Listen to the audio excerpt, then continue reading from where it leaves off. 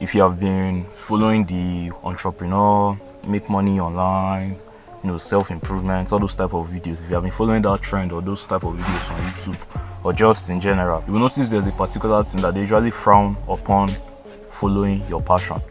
And I bought into this mindset too, because they usually try to make it make sense. Like, maybe for example, you're passionate about singing. Yes, you're passionate about singing, but you cannot sing, or you're just average at singing. And if you really want to like turn singing into a career or into a business, something that's actually going to make you money, like, you actually have to be really, really good at it. But the problem with being passionate is that what you're passionate about, you're probably not really that good at it. What they usually frown upon is that following your passion is not going to make you money. Like I said, you should look for something more realistic, something that is practical, something that is guaranteed to work. So they will be like, you shouldn't do what you feel like doing, you should do what actually matters, like what you have to do.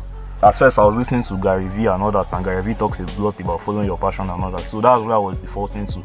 But after I read Millionaire Fastlane and watched videos from all these entrepreneurs, I started to like abandon the follow your passion mindset. So that means like what I was doing now, it didn't matter if I was passionate about it, as long as it was going to get me to where I needed to go.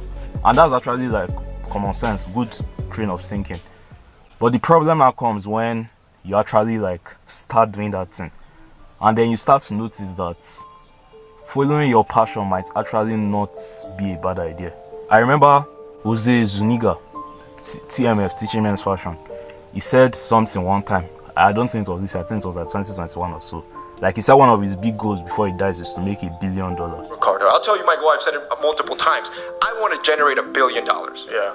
I'm 25. Hopefully I make it to like 80, and during that course I'll be able to generate that. Yeah. That's a big ass number, right? Generate, not worth, generate. Yes. Mind you, this guy is already a millionaire. He's already making like tens of millions per year. So like, money is not his problem. Like, he's financially set, he's good. If he decides to never ever work again, like if he just says, I'm done with all this, I never want to work again in my life, he can pretty much live without doing anything and retire. Like, till the day we die, or till the day we die, or whatever. Like, he has a lot of money, tens of millions of dollars. And it's funny enough, he's actually one of the few people that is actually like a multi-millionaire that doesn't sell courses or all those type of stuff. I really respect Jose Zuniga, like, respect to that man. So he said he wants to be a billionaire. And he usually say, when people hear him say that goal, they're usually like, billionaire, that's impossible. Like, making $1 million is kind of impossible. At least that one is more realistic than making $1 billion. Why does he even need $1 billion? He already has so much money, like, why does he need it? And what he said was that it's not after the billion, like, he doesn't care about the $1 billion. It's after the process of getting the $1 billion. I just want you to try to imagine you are trying to compete with that type of person. Just imagine both of you are trying to build the same type of company. Both of you are trying to make $1 billion. Like, who do you think is actually going to win? Do you think it's the guy that just wants to make $1 billion so he can travel around the world and be the next Elon Musk or whatever? Or the person that wants the process, like the growth that comes with having $1 billion, the creativity, the mindset, all those type of things. And when I just thought about this, I was just like, if you're in competition with that guy, like, you cannot win. Alex Hormozi also gave this example. If you're in it right now and you don't feel the accolades, this is what hard feels like. And this is why most people can't make it. Unfortunately, society celebrates the start and the finish. If you're running a marathon, it's like you sign up, you get your number, everyone's rooting for you, you raise a certain amount of money for cancer, whatever it is. And then at the end, everybody's hugging you, you get to say you ran a 26-mile thing. But the people who win are the ones who master the middle. It's the 26 miles where you have to just keep going, the brutal, mindless, unending middle. And the people who master success are the ones who master the middle, not the ones who celebrate the beginning, not the ones who celebrate the end, not the ones who need the people celebrating, but literally one step at a time, because the person who loves the middle, the person who loves walking more than they love the destination, walks further than the man who just loves the end. Like, how do you want to defeat that type of person? It's almost like you are like a bird or a land animal trying to swim faster than a fish. Like, they are in their natural territory. Like, there's no way you can win that type of person. And if you are passionate about what you do, that's like the only real time you can go to that extreme, that you are doing the thing for the process, not even for the like results. I think Gary Vee usually says that he doesn't really want to make so much money right now so that he can just keep doing business for longer. Like, that type of person, how do you want to win that type of person? someone that does not want to make money now because he just enjoys the process so much that he does not want it to end, and you now come along that just wants to quickly make much, like there's no way you can win. And many of these people that usually say, you know, should not follow our passion or should just do what is practical and all that. Even Imam Gaji has made a video about not following your passions before. But guess what too? A video I saw about him too, he said, you know, he already has multi-millions too, so he can as well just retire and just forget. Like if he decides not to ever work again, like he's set for life. But he still chooses to work. Why? Because he said he sees it as a sport. And he just loves the sport. I understand that for most people, if they had $10-20 million liquid or semi-liquid between their cash and their investment portfolio, and they were making an extra $10 million a year from their businesses, they would probably just be like, all right, cool, you know, deuces, I'm done. But for me, just the way that I'm wired, business and continuing in business is not actually about the extra money. For me, it's just I like the sports of entrepreneurship. I like to wake up, I like to compete, and I like to, quite frankly, go to war. These people usually tell us we should not follow our passions. But what else we don't usually realize is they are following their own passions, but their own passion is just business. So instead of singing or dancing or, you know, fashion or whatever your passion is, their own is just like business and entrepreneurship. I'm just thinking like, that's probably why they are so good. That's why they are so like super. Not all of them were born natural entrepreneurs or whatever. Like some of them learned the thing, but why were they able to learn the skill? Because they were actually passionate about it.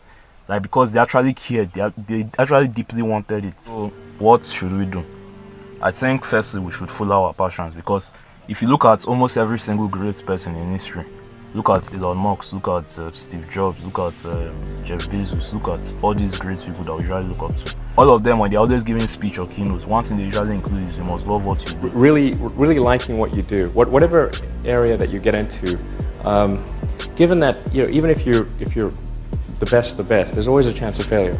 So I think it's important that you really like whatever you're doing. If you don't like it, life is too short. You know, I'd say, and also if you like what you're doing, you think about it even when you're not working. I mean, it'll just, it's something that your mind is drawn to. And if you don't like it, you just really can't make it work. People say you have to have a lot of passion for what you're doing. And it's totally true, and the reason is because it's so hard that if you don't, any rational person would give up. It's really hard, and you have to do it over a sustained period of time. So if you don't love it, if you're not having fun doing it, and you don't really love it, you're going to give up. And that's what happens to most people, actually. If you really look at the ones that ended up, you know, being successful, unquote, in the eyes of society, and the ones that didn't, oftentimes it's the ones that are successful loved what they did so they could persevere when it got really tough. And the ones that didn't love it quit because they're sane, right? Who would want to put up with this stuff if you don't love it? So it's a lot of hard work and it's a lot of worrying constantly. And if you don't love it, you're going to fail. So you got to love it. Always focus on a young person should find something that they're passionate about to do. And that's not going to surprise anyone. It's a clear thing to do. It's very hard. If you don't love your work, you're never going to be great at it. You have to care. Your caring has to just be a lot more than just superficial. I just want to make $10,000 a month. I just want to make a lot of money. Like, to me, that's what I used to do before. And I started my Faceless Motivational channel and all that. I mean, funny enough, I made a video about quitting that channel last year. At the time, I actually quit because, like I said, I was following the Follow Your Passion blueprints from Gary Vee. But after I read all these books, I picked it back up. And guess what? Now, this is almost a year later now. I want to quit again. I'm going to quit again because I just realized that I don't care. Like, I don't want to make motivational videos anymore. And you know, it's a faceless channel. If I get serious with it, within 3-6 months, the channel is guaranteed. Like, it's guaranteed to make me money. But like, motivational videos is just not my thing anymore. I'm no longer in that phase of my life. So what I'm trying to say is that you have to like deeply care. But at the same time, I think you have to understand that if you are going to follow your passion, and your passion is something silly, maybe you like juggling, or you like watching movies, you like playing games or whatever, you know, those things are kind of silly, and you are probably not going to become a millionaire from doing all those things. So I think the first thing you have to do is to look at the threshold, like look at what the maximum potential is for actually making money in that your niche or whatever. whatever your passion is, singing, dancing, maybe basketball, whatever, like check if people are making a living, like if people are actually making it from that thing. I think you should go ahead. But I think if you research it and you find out that people are not really making any money from it, maybe you like something very weird, I don't know, maybe Food Smart's collection or something, like there's just obviously no money, then to me I think you might need to follow all those guys, all these people's advice, and actually find like a real business. I think the second thing after that is to also know that even though you are following your passion, you are going to have to learn other things on the side. So let's say, for example, you are passionate about singing. Even though you are following your passion about singing, you are going to have to learn other things on the side. Other things like what? You are going to have to learn digital marketing. You know, maybe if you want to promote your songs through ads, you are going to have to learn ads. You know, Instagram ads, TikTok ads, Facebook ads, or whatever. You are going to have to learn maybe SEO. You know, so that your video can rank in search or whatever. You are going to learn optimization so that maybe, you know, the YouTube algorithm or TikTok algorithm or whatever can promote your song or your video or whatever. Because if you are just singing alone, the chance of you making it is very slim. But if you add all these other things to it, it actually becomes a lot more realistic. People always want to follow their passion. Like, know that you cannot really 100% follow your passion, because even though you are passionate about whatever you are doing, there might be certain things you still have to add to it that you're not going to be passionate about. Another thing they used to bring up is passion that is creative or inspiring. If you are trying to force it because you have to make money from it, then you will lose the interest of it, and that's kind of true. I kind of agree to that one. So to me, I don't really have any this thing from it, but I think if you can find a way to make it profitable enough that you don't feel like you're selling your soul to make money, but at the same time it doesn't feel like you're not making any money at all, but you're following your passion.